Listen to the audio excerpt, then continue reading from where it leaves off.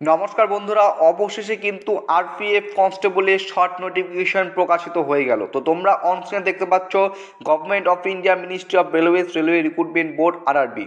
তো এখানে তোমরা দেখতে পাচ্ছ সেন্ট্রালাইজড এমপ্লয়মেন্ট নোটিশ নাম্বার হচ্ছে আরপিএফ 01/2024 এবং আরপিএফ 02/2024।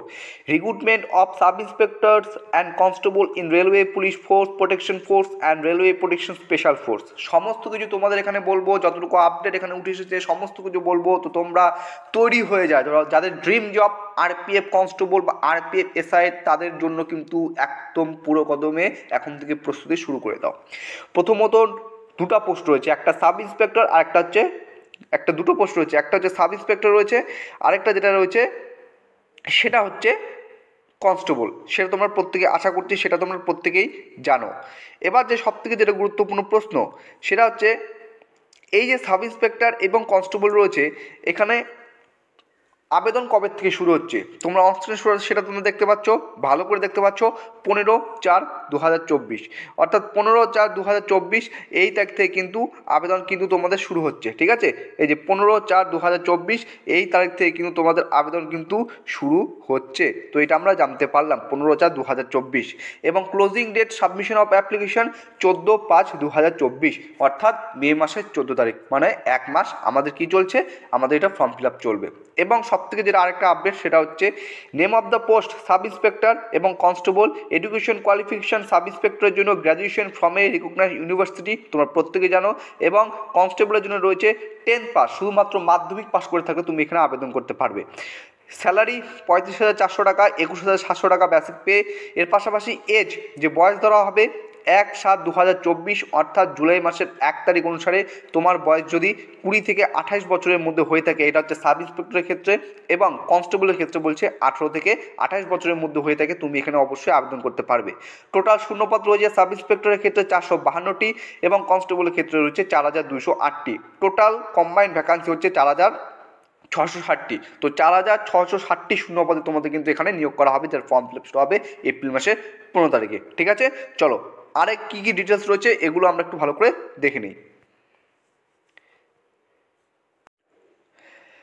এবার দেখো এখানে আমরা দেখতে পাচ্ছি, এখানে this includes relaxation 3 years in beyond the prescribed age limit as one time measures due to কোভিড-19 প্যান্ডেমিক, অর্থাৎ কোভিড-19 প্যান্ডেমিকের জন্য তোমাদের কিন্তু এখানে 3 বছরের ছাড় দেওয়া রয়েছে।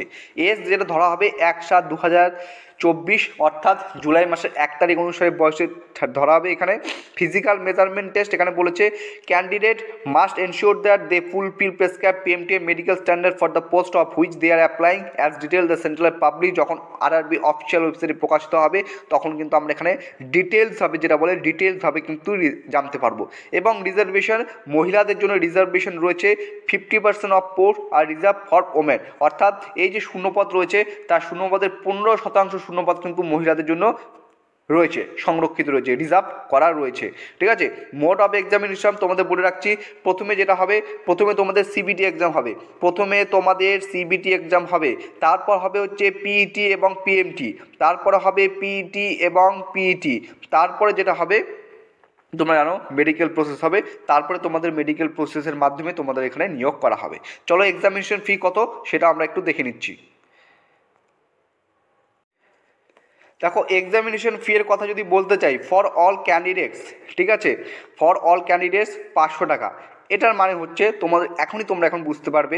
আর যারা এসসি এসটি, যারা মহিলা প্রার্থী, যারা এক্স সার্ভিসম্যান রয়েছে তাদের জন্য ফি হচ্ছে 250 টাকা।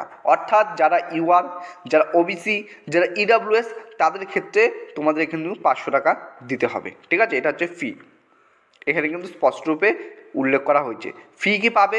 অবশ্যই ফি পাবে only candidates who attend CBT, যারা সিবিটি যাবে অ্যাটেন্ড করবে will get A refund of their examination fee as mention above. অবশ্যই তোমরা কিন্তু এখানে ফি পাবে।